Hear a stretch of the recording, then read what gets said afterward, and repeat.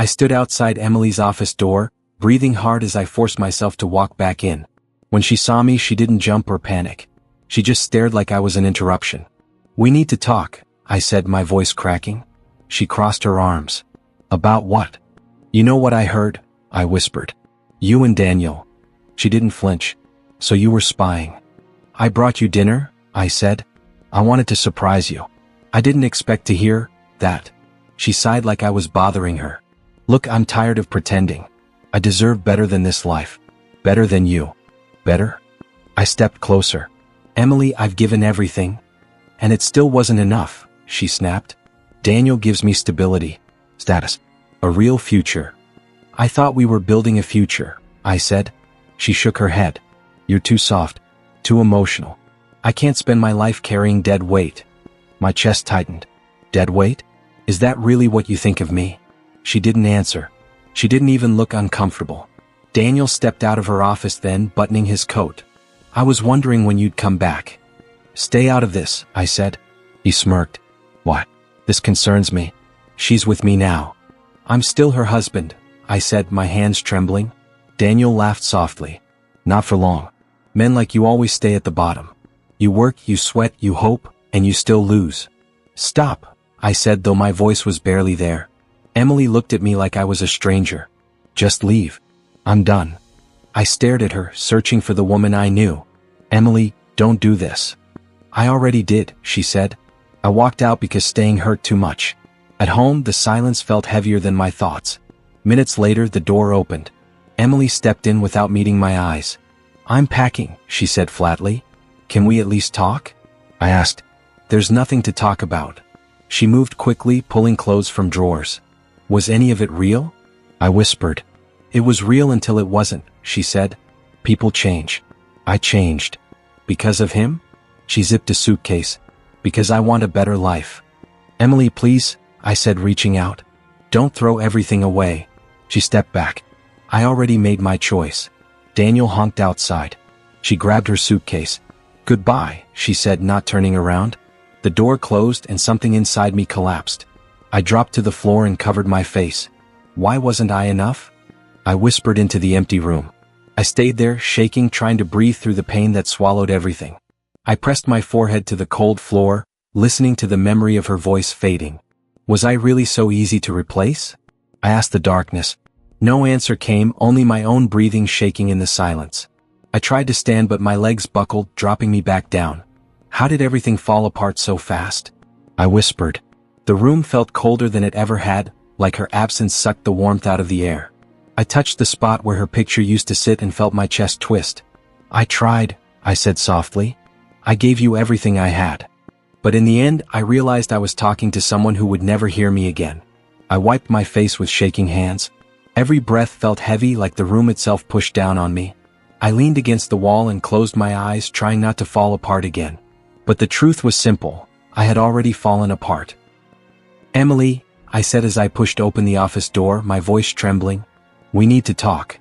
She looked at me like I was an interruption, not her husband. "What now?" "I heard you," I whispered. "Everything you said. Everything you did." She crossed her arms. "Then good. Saves me the trouble." "The trouble?" I stepped closer. "Emily, please, just tell me what's happening to us." "There is no us anymore," she said coldly. "I'm done pretending." My throat tightened. "Pretending?" "Emily, I thought we were building a life." "You were," she said. "I outgrew it." "I outgrew you?" I repeated, barely breathing. "No," she replied. "I outgrew your small dreams. Your small life." My voice cracked. "I'm trying my best." "I deserve better," she interrupted. "Better than watching you struggle for scraps." I felt my chest tighten. "Is that why you chose him?" She didn't even blink. "Daniel offers stability, status, a future that actually means something. And I don't." I asked. "You don't offer anything anymore," she said. "You're tired, weak, always trying but never getting anywhere." I froze. "Emily, how can you say that after everything I've done for us?" "That's the problem," she snapped. "You think effort is enough. I'm tired of carrying dead weight." The words cut deeper than anything I'd ever heard. Dead weight? Before I could say anything else, Daniel walked in, adjusting his cuffs like he owned the room. "Well," he said with a smirk. Looks like the husband finally caught up. I glared at him. Stay out of this. Why? He asked casually. This concerns me. More than him, actually. Daniel, I said through clenched teeth, you ruined my marriage. He laughed. Your marriage was already ruined. I just showed her the difference between climbing and sinking. Don't talk like you know me, I snapped. I don't need to know you, he said. I already know your type. Men like you stay at the bottom. Emily didn't defend me. She didn't even look at me. I swallowed hard. Emily, if there's anything left between us, anything at all, just tell me. She shook her head. There's nothing left. I'm done here. Daniel stepped beside her, slipping a hand on her waist like I never existed. We should go, he told her. I stared at her, hoping for even a flicker of hesitation. Emily, please. She stepped past me without a second glance. Move. I have things to finish. I followed them out of the office, my legs shaking. Outside the building, she turned to me with a bored expression. I'm going home to get my things, she said. Don't make this uglier than it needs to be. How can you say that so easily? I whispered. Because it is easy, she replied. We're over. The ride home was silent. She didn't look at me once. Inside the apartment, she opened the closet and said, This won't take long. Emily, I begged. Please, talk to me. Tell me what I did wrong. You didn't do anything, she said. You're just not enough. I can change, I said desperately. Just give me a chance. I don't want you to change, she replied. I want someone better. I felt something collapse inside me. So that's it. I was just temporary. She zipped her suitcase. Don't make this dramatic. I loved you, I whispered. She shrugged. And I'm sure you'll love someone else eventually. Emily. She opened the door. Goodbye. I watched her walk out of my life without hesitation, without guilt, without a single tear. The moment the door shut, I fell to my knees. I wasn't enough, I whispered. I really wasn't enough. The silence swallowed me whole. My chest tightened until breathing hurt. Hot tears blurred everything around me. I lost her, I choked. And she never even looked back. I covered my face with my hands and broke down completely, the weight of humiliation and heartbreak crushing every part of me.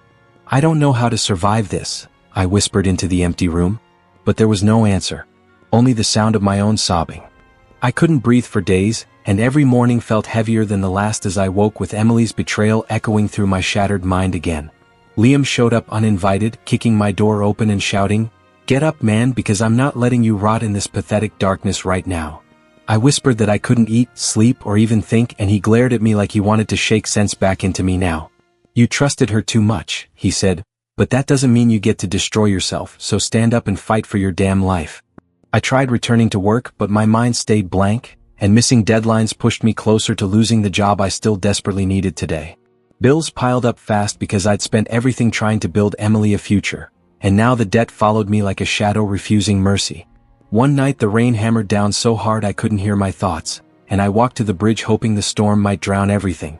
I leaned on the railing, shaking, and whispered, Maybe this is where it ends, even though part of me begged for any reason to stay. A soft voice behind me said, Please don't, and I turned to see a woman with soaked hair watching me like she knew my pain. She stepped closer and said, I'm Sophie and I don't know you, but no one should face something like this alone, not in the rain. I told her I didn't want saving, but she shook her head and said she wasn't leaving until I stepped back and promised I'd try. Her voice trembled when she said she had seen too many people fall apart, and she didn't want me becoming another silent loss on hers. I stepped back, shaking hard, and she sighed with relief before telling me she wasn't judging me and only wanted me to breathe for one. I asked why she cared, and she said sometimes strangers see pain clearer than friends, because friends get scared and don't know how to reach. She walked me back from the edge and stayed beside me until my shaking slowed, telling me the storm would pass and I wasn't alone. Liam called later, yelling that I scared him, but when I told him about Sophie he went quiet and said maybe I finally met someone. I admitted I didn't know what she meant to me yet, but her voice kept echoing in my mind long after the rain stopped there. I lay awake replaying her words, surprised a stranger's kindness hit deeper than all the empty messages from people who claimed they cared but never. Somewhere between my shaking and her gentle voice I realized I didn't want to disappear anymore, not when even one stranger believed I was still. I didn't know where healing would start, but that night on the bridge with rain soaking my clothes, I found the smallest spark left inside. Sophie didn't fix everything, but she kept me breathing long enough to remember that pain wasn't the end, and maybe tomorrow I could stand again. As I closed my eyes that night, I whispered that I wasn't healed but I was still here, and for the first time in days. "I swear you're checking on me more than the nurses," I said when Sophie knocked on my door again. "I'm making sure you don't collapse in your own thoughts," she replied. "Can I come in?" "Yeah, sure." She stepped inside and looked at me the way people look at broken things they still believe can be fixed. "How are you holding up today?" "I don't know," I said. "Some moments I feel okay. Others, it hits me again." "Talk to me," she whispered. "I keep seeing them together. Emily laughing with Daniel like I never mattered." Sophie sat on the edge of the chair. "You mattered. You still matter. Don't let what they did define you." "That's hard." "I know," she said. "But you're allowed to rebuild. Piece by piece." I rubbed my face. "Why do you care so much?" "Because I know how it feels to lose someone you trusted," she said quietly. I looked up. "Someone betrayed you too?" "Yeah. He said he loved me then left the moment someone else showed up." I felt like my heart was trash on the street. "I'm sorry," I said. She shrugged. "I'm past it now. Mostly. But it took me a long time to stop blaming myself." "That's where I'm stuck," I admitted. "I keep thinking maybe I wasn't enough." Her eyes softened. "You were enough. People who betray aren't looking for better. They're running from themselves." I let her words sink into me. "It still hurts." "It will," she said. "But not forever. Let yourself grow again." I sighed. "I'm trying." "I've seen you fight through worse," she said. "You can get through this." I gave her a weak smile. "Thanks for not judging me." "Hey," she said, nudging my arm. "I like listening to you. And I'm not going anywhere." Her confidence steadied me in ways I couldn't explain. For the first time in weeks, I felt something like warmth instead of shame. The next morning when I showed up at work, my coworkers stared. I heard one of them whisper, "Emily and Daniel came in together today." Another added, "They're basically a couple now." The words hit me like a punch, but I kept walking. Sophie met me near my desk. "You okay?" "No," I admitted. "But I'm standing. That's something." "It is," she said. "And you're stronger today than yesterday." I took a shaky breath. "I guess I am." She leaned closer. "If anyone gives you trouble, you tell me." "You're fierce," I joked. "Only for people who deserve it," she said. I chuckled for the first time in days. "I never expected you to be the person keeping me together." "Sometimes the right people show up when everything falls apart," she said. I nodded slowly. "I'm glad you did." "Good," she said. "Now let's get through the day together." I followed her through the hallway, trying to ignore the whispers behind us. "Do you think people will ever stop talking?" I asked. "People talk because it's easy," she said. "But you'll outgrow their noise." "I hope so," I murmured. She smiled. "You will. And until then you have me." "That means more than you know," I said. "Then say it," she teased. "I will," I said. "Just, not yet." She laughed softly. "Fair enough." "Really?" At work the atmosphere felt charged, and I asked Liam, "Why's everyone running around today?" And he said investors were coming to evaluate our prototype. I felt my pulse spike as I whispered, "The one I helped finish last month?" And he clapped my shoulders saying, "Yeah man, that one's getting serious attention." Mr. Johnson called me into his office and said, "Sit down, son," and I nervously asked if something was wrong because his tone felt strangely heavy now. He smiled and said, "Nothing's wrong at all," before adding, "In fact, everything is finally turning around for you," which made my confusion grow fast today. I asked what he meant, and he said investors loved the prototype, especially the parts one designed, because they said my code carried clarity and creative direction. Hearing that made my throat tighten, and I said, "I didn't think anyone noticed," while he chuckled and replied that leaders always notice the ones quietly building. He leaned back and said, "I'm retiring soon," and I almost jumped as I blurted, "Wait, what? Why now?" Because he always seemed unstoppable at work. He waved his hand gently and said he'd earned rest, then added, "But the buyers want you here as a founder," which almost knocked the air out. I said, "Founder? Me?"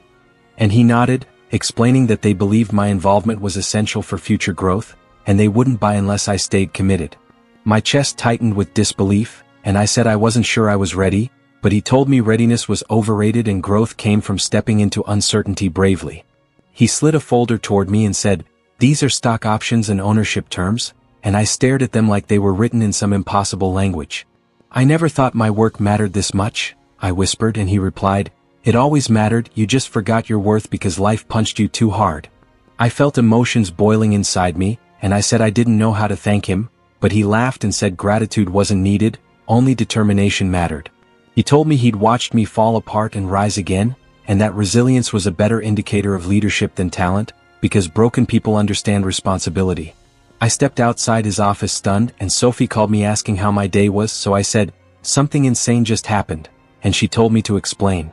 I told her about the investors, the offer, the ownership, and she gasped before saying, "You deserve this more than you realize," with warmth that steadied my voice.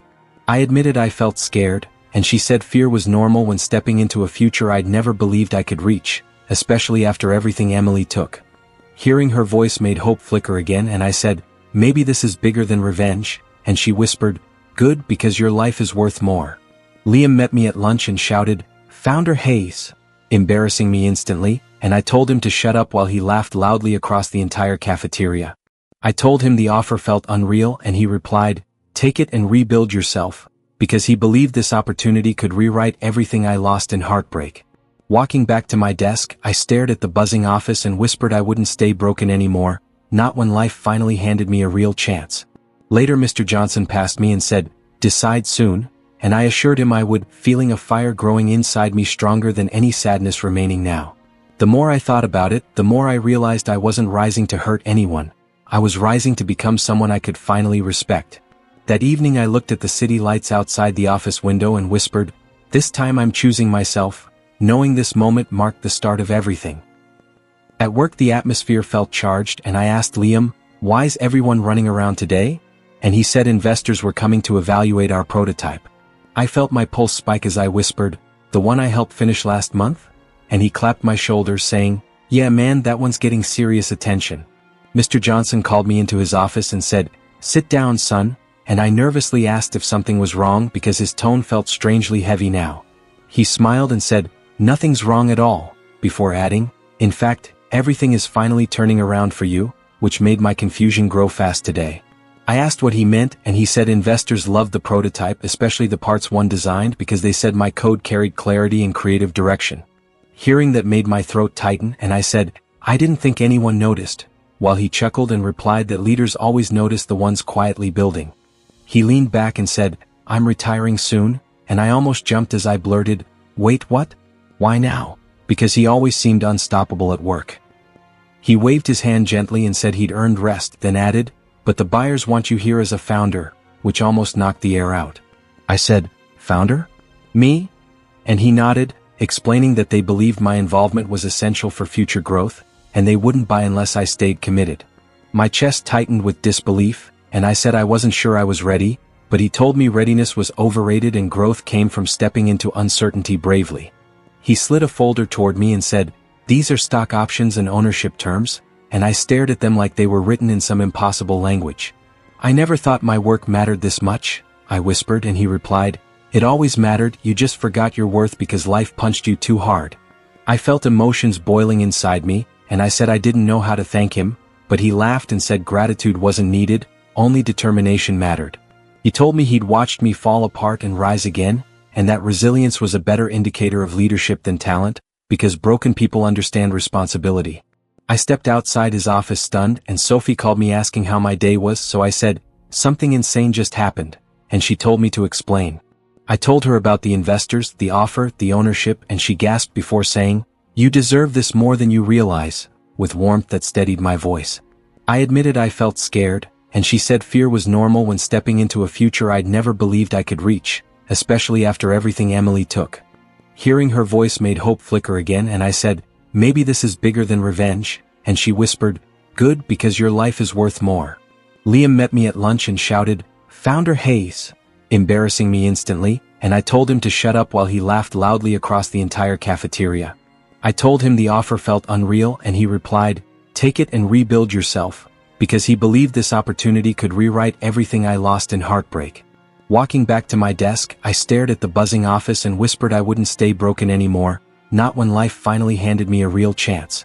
Later Mr. Johnson passed me and said, "Decide soon," and I assured him I would, feeling a fire growing inside me stronger than any sadness remaining now. The more I thought about it, the more I realized I wasn't rising to hurt anyone. I was rising to become someone I could finally respect. That evening I looked at the city lights outside the office window and whispered, "This time I'm choosing myself," knowing this moment marked the start of everything. The company exploded with growth faster than I imagined, and Liam asked if I was sleeping at all because I kept working every single night. I told him sleep could wait because momentum mattered now, and he laughed saying I finally sounded like someone ready to fight for real success. Money started arriving in amounts I never expected, and Sophie joked that I should hire someone to remind me to breathe before drowning in work. I told her breathing felt easier now that purpose filled me again, and she smiled saying determination suited me more than heartbreak ever did today. Meetings became intense, but I kept leading discussions confidently, surprising myself every time investors asked for my opinion before anyone else could even speak today. Mr. Johnson visited sometimes and said, "You're becoming who I knew you could be," which pushed me to work harder without fear dragging behind me. I spent late nights learning leadership and business skills, asking mentors difficult questions until they finally admitted I was improving faster than most newcomers managed. Liam teased me for turning into a workaholic, and I told him success wasn't optional anymore because my future depended on decisions I made daily. Sophie called during breaks asking if I'd eaten, and I joked that food became a luxury while she insisted progress meant nothing without health steady.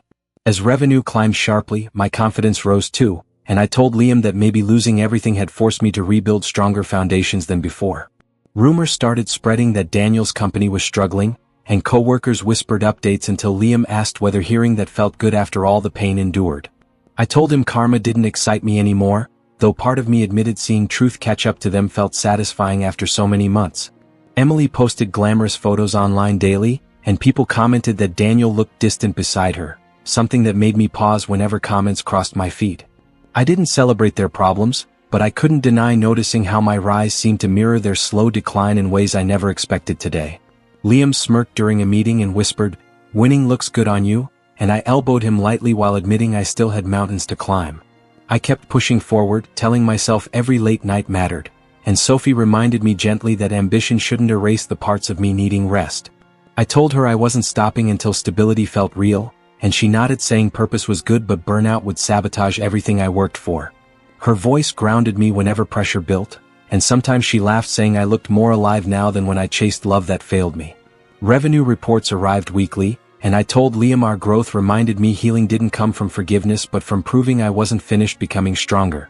Coworkers asked how I stayed focused, and I told them pain reshaped me completely, because surviving heartbreak taught me discipline deeper than any textbook offered. When another rumor surfaced about Daniel losing clients, Liam asked whether I felt victorious, but I told him my battle wasn't with them anymore now. I realized my growth came from discipline and courage, not revenge, and I whispered that darkness behind me finally felt smaller than hope rising ahead. Every night I reviewed goals with renewed clarity, and Sophie said she was proud of my progress, encouraging me to protect myself while climbing forward. As I looked over financial reports one evening, I whispered that I wasn't drowning anymore, and for the first time my future felt within reach. I pushed open the conference room door and felt every pair of eyes land on me, but I kept my face calm as I set my folder on the table. "Let's get started," I said, keeping my voice even. "I know why you called this," Daniel blurted as he stood. "Sit down, Daniel." He hesitated before dropping back into his chair, muttering, "I just need a chance to explain." "You had plenty of chances." "That's not fair," he said. "Everything changed so fast. I didn't know what you were planning. I didn't know you were roadmap." Emily shifted beside him, her voice softer. "Can we talk privately? Just you and me?" "We'll talk after this," I said. "But nothing you say will change the decision I'm about to make." Daniel leaned forward. "Please, man, don't do this to me. I swear I'll fix everything. I need this job." "You needed integrity more," I replied. "And respect. Both were missing." He shook his head violently. "You can't just fire me because you're trying to prove something. I'm firing you because you earned it." Silence fell. Even Emily stopped breathing for a moment. Daniel's face crumpled. "You don't understand what this will do to me." "I understand perfectly," I said. "Security will walk you out." He slammed his hand on the table but didn't argue further. He stormed out of the room with the sound of his footsteps echoing behind him. Emily exhaled shakily. "You didn't have to humiliate him like that." "He humiliated himself," I said. "Now, what did you want to tell me?" She stepped closer. "I miss the way you cared. The way you looked at me. I didn't realize what I had until it was gone. I'm not the man you broke, I said quietly. Tears streamed down her face. You really don't feel anything anymore? I feel clarity, I answered. And distance. Both are healthier than what we had. She wiped her cheeks. I didn't think you'd ever be this cold. I'm not cold, I said. I'm healed. There's a difference. Emily reached out as if to touch my arm. Can't we start over? No, I said simply. You taught me what to outgrow. She sobbed openly now, shoulders shaking. I hope, I added, you find whatever you were looking for when you walked away. Her voice cracked. I just want the version of you who loved me. He's gone, I said. You helped bury him. She broke down completely, covering her face as she whispered my name. I stepped past her and opened the door. Meeting's over. As I walked away, I felt nothing. No anger, no longing, no ache. Just freedom earned the hard way. As I reached the hallway, one of the team leads, Mark, approached me hesitantly. Is it really done? He asked. It is, I said. We're moving forward without him. Mark nodded slowly. People were waiting for this. He made the place miserable. I know, I replied. Today was overdue. He lowered his voice. And Emily? She made her choices, I said. Now I'm making mine. Mark sighed. You handled it better than anyone expected. I'm not here to reenact the past, I said. I'm here to run this place. He gave a small smile. Then you're off to a strong start. I walked toward my office, feeling the weight of finality settle in, not heavy, just real. Inside, I sat down and let the quiet surround me until Emily's faint sobs faded down the hall. For the first time in years, I didn't feel small. I didn't feel broken. I only felt the clean, sharp truth that I had finally grown past everything that once controlled me. I whispered to myself, this is just the beginning. I leaned back in my chair and let a slow breath slip out, thinking about how far I'd come. The version of me who once begged for scraps of affection was gone, replaced by someone who finally understood his own worth and refused to settle for anything less than before. I walked into the office early, feeling the quiet settle around me like a promise of the life I was finally choosing. Sophie met me at the doorway and smiled in that gentle way that always made my guard drop. She said, "Rough morning?" I shook my head and answered, "Not rough, just new." She laughed softly and said, "New looks good on you." I told her, "It feels lighter than anything I've had before." We walked to my office together, our steps quiet but comfortable. She said, "I'm proud of how far you've come." I looked at her and replied, "I wouldn't have made it here without you." Her cheeks warmed and she whispered, "I'm not going anywhere." I felt something steady growing between us, something real. Before I could say more, my phone buzzed with a message from an unknown number. Emily had written a long apology filled with excuses, regrets, and the same pleas I used to lose sleep over. I didn't open it fully, I just swiped it away. Sophie glanced at me and asked, "Bad news?" I said, "Old news." She nodded as if she understood every bruise hidden under my calm. "You don't owe the past any more pieces of you," she said. I breathed out slowly and replied, "I know that now." Later that afternoon, Mark rushed in and said, "You need to see the news about Daniel." I opened the article and saw the headline announcing his arrest for fraud. Mark muttered, "Looks like karma finally clocked in." I answered, "He made his choices." Sophie read over my shoulder and whispered, "And you made yours." I nodded, feeling no bitterness, only the clean relief of distance. As the day ended, Sophie asked, "Dinner tonight?" I smiled and said, "Yeah, I'd like that." She grinned and replied, "Good, because I'm not letting you hide in that office forever." I laughed, surprised by how easy it felt to let someone in again. We walked out together, her hand brushing mine like an invitation. She murmured, "You deserve a life that doesn't hurt." I said, "I'm finally choosing one." As we reached the parking lot, the evening air felt warm, carrying the kind of quiet that didn't feel empty anymore but open. Sophie leaned on her car and asked, "So what does freedom taste like?" I laughed and answered, "Like breathing without waiting for pain." She stepped closer and said, "Then keep choosing people who don't add weight to your chest." I looked at her and replied, "That's the plan." She smiled and whispered, "Good, because I want to be part of that plan."